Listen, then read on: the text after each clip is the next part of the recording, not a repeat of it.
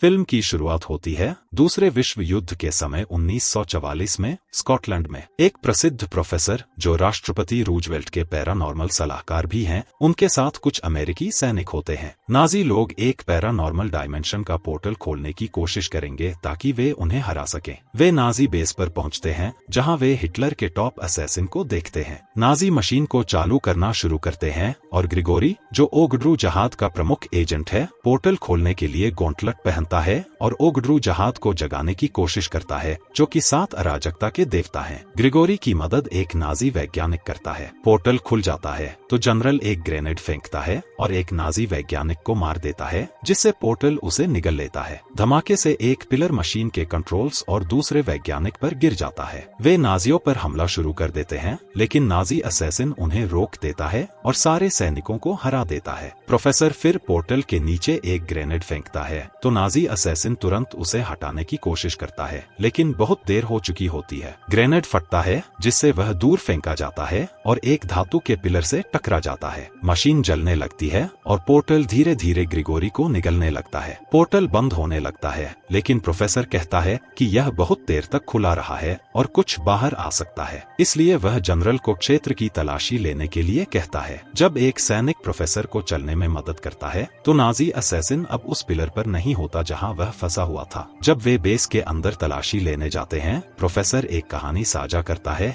एक सैनिक की जो 1916 में जहर दिया गया था, यातना दी गई थी और डूबा दिया गया था। उस सैनिक का नाम ग्रिगोरी था और उन्होंने अभी अभी उससे सामना किया है। फिर उन्हें पीछे से कुछ आवाज आती है और जब वे इधर उधर देखते हैं तो वे एक छोटा लाल जीव देखते हैं। प्रोफेसर सैनिकों को निर्देश देता है कि वे अपनी लाइट्स नीचे न करें और न गोली चलाएं क्योंकि वे उसे डरा रहे हैं। फिर वह उस जीव को चॉकलेट का एक टुकड़ा देता है जो वह खा लेता है। प्रोफेसर एक कंबल मांगता है और जीव को नीचे कूदने के लिए कहता है, फिर उसे एक और चॉकलेट देता है। प्रोफेसर देखता है कि वह जीव एक लड़का है तो वह उसे नाम देता है हेलबॉय। 60 साल बाद 3 लोग बिरगाओ पास मोल्दाविया के बर्फीले पहाड़ों में कुछ खोज रहे हैं, जहां उन्हें अपनी किताब में लिखे हुए शब्दों वाला एक पत्थर मिलता है। वे बर्फ की दीवार तोड़ते हैं और पवित्र स्थान की खोज जारी रखते हैं। एक आदमी कहता है कि उन्हें यहाँ नहीं होना चाहिए। तभी पीछे वाला आदमी उसकी तरफ सोना फेंकता है। वह सोना उठाता है और नाजी का निशान देखता है। तभी नाजी असैसिन उसे तलवार से मार देता है। उसके शरीर से बहता खून नीचे गिरता है, जिससे ग्रिगोरी मौत से वापस आ जाता है। दूसरी तरफ न्यूयॉर्क सिटी के लेक्सिंगटन ऑन्कोलॉजी सेंटर में प्रोफेसर को एक गंभीर बीमारी का पता चलता है, जिससे उनके पास जीने के लिए केवल 6 हफ्ते बचते हैं। वह चिकित्सा लेने से मना कर देते हैं और कहते हैं कि वह घर पर ही रहना पसंद करेंगे। बाद में bureau of paranormal research and defence में FBI का एक आदमी जॉन आता है। वह लॉबी में प्रवेश करता है और फर्श लिफ्ट बन जाती है। जॉन प्रोफेसर के ऑफिस में जाता है,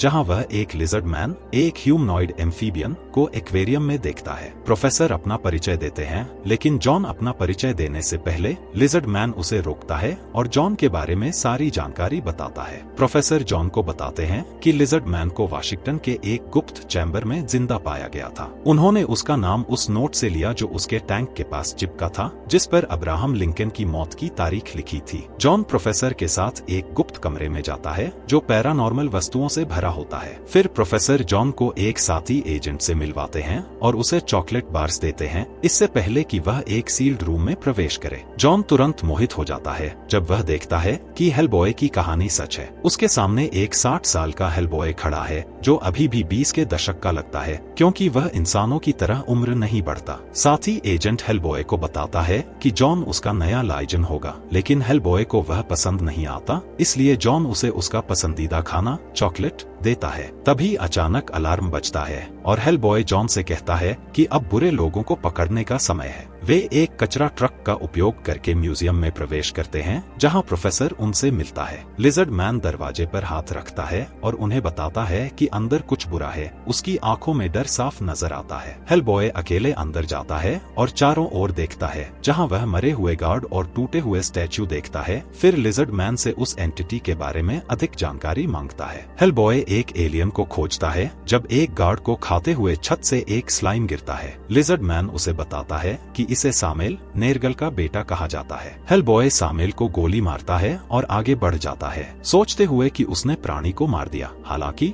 लिजर्डमैन बताता है कि सामेल फिर से जीवित हो सकता है, इसलिए जब हेलबॉय मुड़ता है तो सामेल वहां नहीं होता। हेलबॉय लिजर्डमैन से पूछता है कि इसे कैसे मारा जा सकता है, लेकिन इसके बारे में कोई जानकारी नहीं होती। अचानक सामेल हमला करता है और हेलबॉय को उड़ाकर फेंक देता है, जिससे दूसरे एजेंट उसे बैकअप देने के लिए सतर्क हो जाते हैं। सामेल लगातार हेलबॉय पर हमला करता है और उसे खिड़की से बाहर फेंक देता है। हेलबॉय उठता है और ग्रिगोरी को देखता है, जो उसे अपना बेटा कहता है। ग्रिगोरी दावा करता है कि वह हेलबॉय का सच्चा नाम जानता है, लेकिन अचानक गायब हो जाता है, इससे पहले कि हेलबॉय उसे गोली मार सके। सामेल हेलबॉय का पीछा करता है और उसकी जूस भरी जीभ से हेलबॉय का हाथ पकड़कर गोली से बच जाता है। जॉन हेलबॉय की मदद करने के लिए सामेल को अपनी पिस्तौल से गोली मारता है, लेकिन हेलबॉय उसकी दखलंदाजी से खुश नहीं होता, क्योंकि वह अकेले काम करना पसंद करता है। हेलबॉय जॉन से कहता है कि उसकी बंदूक को ट्रैकिंग बुलेट से लोड करे और सामेल को गोली मारता है, इससे पहले कि वह शहर में भाग जाए। हेलबॉय सामेल का पीछा करते हुए सबवे में जाता है, जहां सामेल ट्रेन की तरफ भागता है और दरवाजा तोड़ देता है। ऑपरेटर सोचता है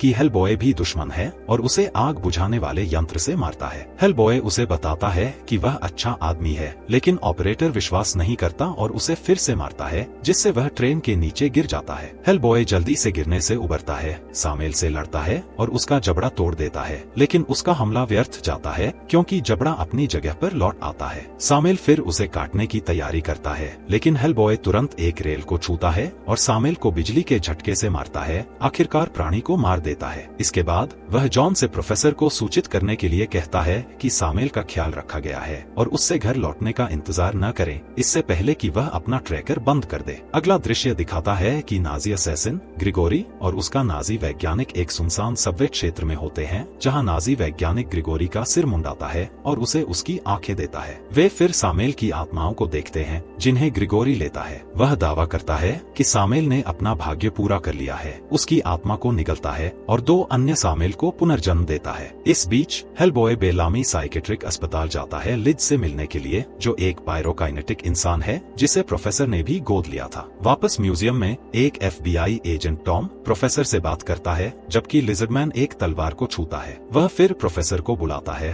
और उसे दिखाता है कि नाजी असैसिन सामेल के हमले के लिए जिम्मेदार है। प्रोफेसर इसे देखने के बाद सांस लेने में कठिनाई महसूस करने लगते हैं, तो लिजर्डमैन उनकी मदद करता है। जैसे ही वह उसे छूता है, लिजर्डमैन प्रोफेसर की बीमारी का पता लगाता है। मानसिक अस्पताल में हेलबॉय अपनी समस्याएं लिज को बताता है और कहता है कि उसके पिता उससे नाराज हैं, और फिर लिज से वापस आने की विनती करता है। लिज जवाब देती है कि उसे अस्पताल में रहना अच्छा नहीं लगता, लेकिन उसे यहाँ रहना पड़ता है क्योंकि अब वह अपनी शक्तियों को नियंत्रित कर सकती है। प्रोफेसर और जॉन अन्य एजेंटों के साथ हेलबॉय को लेने आते हैं और लिज उसे कहती है कि अगर वह वास्तव में उसकी परवाह करता है तो वापस न आए। वे घर लौटते हैं, जहाँ लिजर्डमैन देखता है कि हेलबॉय की चोट में 3 अंडे हैं। वह तुरंत प्रोफेसर को सूचित करता है, जो जॉन को अगले दिन सबवे की तलाशी लेने का निर्देश देता है, अगर वहाँ और अंडे हों। बाद में जब जॉन लिज पर शोध कर रहा होता है, ग्रिगोरी लिज के पास जाता है और उसे सपनों के माध्यम से अतीत याद दिलाता है। इससे लिज अपनी शक्तियों को जागृत कर देती है और पूरे अस्पताल को उड़ा देती है। बाद में जब वह हेलबॉय को पैनकेक्स लाता है, जॉन दावा करता है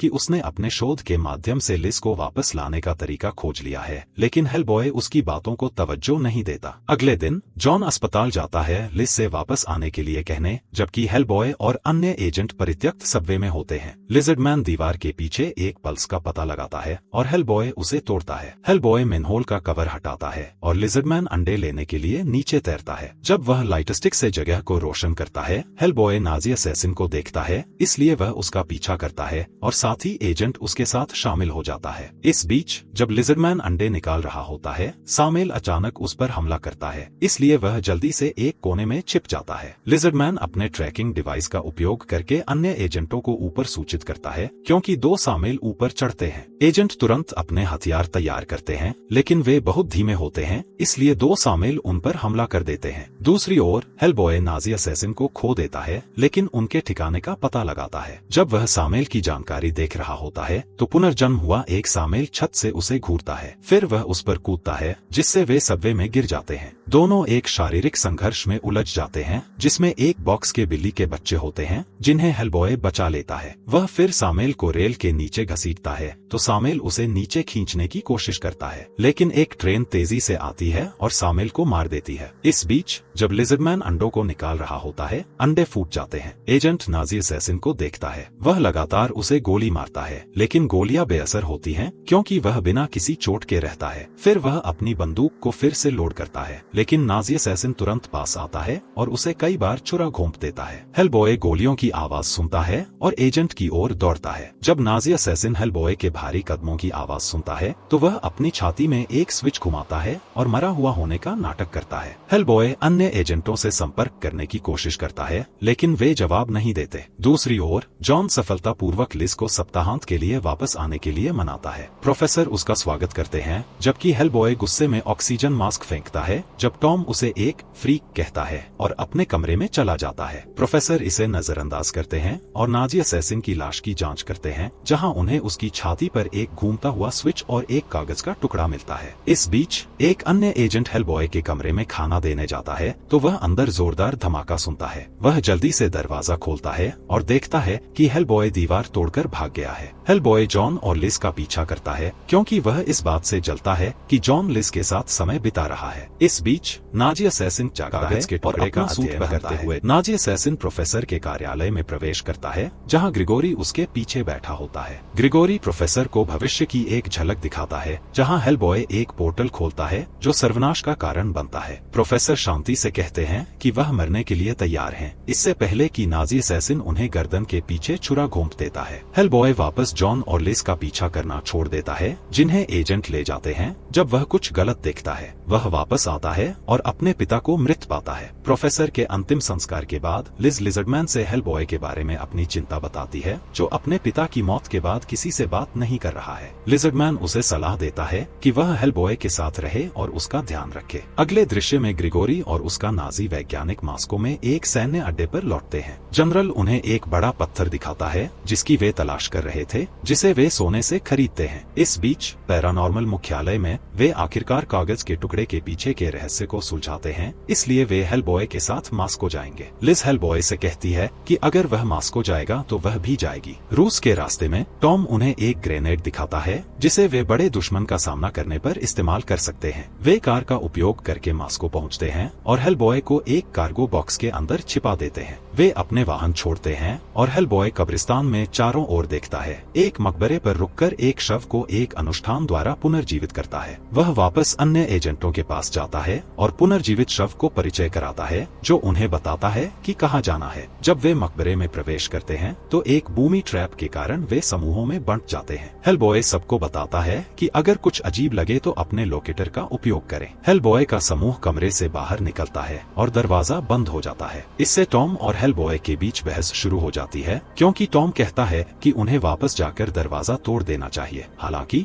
एक बड़ा हथौड़ा पुल पर प्रहार करता है, जिससे एजेंट और पुनर्जीवित शव नीचे गिर जाते हैं, जबकि हेलबॉय और टॉम अब वापस नहीं जा सकते। हेलबॉय जल्दी से टॉम को पकड़ता है और उसे अंदर खींचता है। जब बड़ा हथौड़ा फिर से पुल पर प्रहार करता है, वह लगभग गिर जाता है, लेकिन खुद को संतुलित करके अंदर आ जाता है, ठीक दरवाजा बंद होने से पहले। हेलबॉय सुरंग में चुपके से जाता है और देखता है कि नाजी असैसिन विनाइल डिस्क सुन रहा है। टॉम दीवार के बहुत करीब चला जाता है और एक कांटा उसे चुभ जाता है, इसलिए हेलबॉय उसे चुप रहने के लिए कहता है ताकि नाजी असैसिन उन्हें न देख सके। हालांकि जब वे पीछे मुड़कर देखते हैं तो नाजी असैसिन गायब होता है। वे नाजी असैसिन के ठिकाने में प्रवेश करते हैं, जहां नाजी असैसिन फिर से प्रकट होता है और टॉम की जैकेट को काट देता है। हेलबॉय जल्दी से नाजी असैसिन के चाकू को रोकता है, उसे पकड़ता है और तेजी से उसे पंच करता है। दर्द की चीखों की बजाय नाजी असैसिन हंसने लगता है, क्योंकि फर्श के नीचे के कांटे फिर से उभर आते हैं। हेलबॉय रस्सी पकड़ने में कामयाब होता है, जिसे नाजी असैसिन काटने की कोशिश करता है। हालांकि टॉम उसे विचलित करता है, इसलिए हेलबॉय रस्सी का उपयोग करके नाजी असैसिन को खींचता है, उसे कांटों पर धकेलता है और उस पर एक धातु का पहिया फेंकता है। हेलबॉय चारों ओर खोजता है और नीचे लिज और जॉन की आवाज सुनता है। जॉन समूह कई पुनर्जीवित सामेल्स को अंडों की रक्षा करते हुए देखता है। अचानक समूह फंस जाता है, इसलिए एजेंट ग्रेनेड सेट करता है, लेकिन एक शामिल उस पर हमला करता है। शोर सुनकर हेलबॉय जॉन समूह की मदद के लिए फर्श पर प्रहार करता है। हेलबॉय सभी शामिल से अकेले लड़ता है, जबकि लिज जॉन से उसे थप्पड़ मारने के लिए कहती है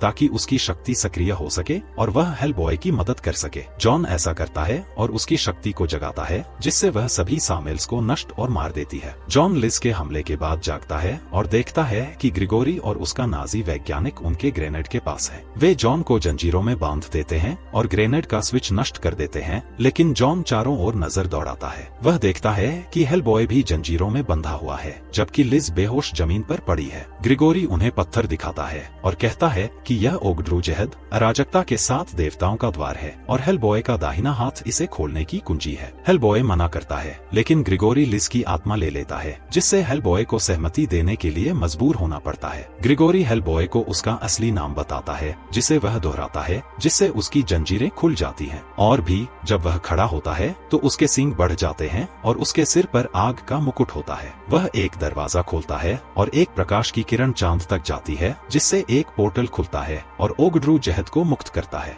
जॉन अपनी एक हाथ की जंजीर खोलता है और रोजरी उठाता है। इससे पहले कि हेलबॉय अगला दरवाजा खोले, जॉन उसे याद दिलाता है कि वह कौन है और फिर रोजरी उस पर फेंकता है। जॉन नाजी वैज्ञानिक को गिरा देता है और हेलबॉय को याद दिलाता है कि उसके पास अपना खुद का विकल्प है। हेलबॉय अपनी सुध लेता है, इसलिए वह अपने सींग तोड़ता है और उन्हें ग्रिगोरी पर वार करता है। इससे प्रकाश की किरण गायब हो जाती है और ओगड्रूजेहद फिर से पत्थर बन जाते हैं। हेलबॉय लिज को उठाता है, जबकि ग्रिगोरी के शरीर के अंदर से एलियन बाहर आता है। बाहर निकलते समय हेलबॉय एलियन से लड़ने के लिए वापस जाने का फैसला करता है। जॉन उसे टूटी स्विच वाला ग्रेनेड देता है, जिसे वह ले लेता है। हालांकि एलियन अचानक हेलबॉय को पकड़ लेता है, जिससे वह ग्रेनेड छोड़ देता है। एलियन हेलबॉय को चारों ओर फेंकता है, लेकिन हेलबॉय एक मूर्ति से तलवार लेता है और खुद का बचाव करता है और वह ग्रेनेड उठाता है। फिर एलियन उसे पैर से पकड़ता है, इसलिए हेलबॉय जल्दी से ग्रेनेड के पिन खींचता है। जब वह खाया जाता है तो ग्रेनेड एलियन के पेट के अंदर विस्फोट करते हैं। एलियन को नष्ट करने के बाद हेलबॉय लिज और जॉन के पास लौटता है, केवल यह जानने के लिए कि लिज की नब्ज नहीं है। हेलबॉय फिर लिज के कान में कुछ फुसफुसाता है, जिससे वह फिर से जीवित हो जाती है। फिल्म का अंत हेलबॉय और लिज के एक जुनूनी चुंबन के साथ होता है, जबकि लिज की शक्तियां उन्हें चारों ओर लपेट लेती हैं। इस फिल्म की कहानी यहाँ समाप्त होती है। देखने के लिए धन्यवाद।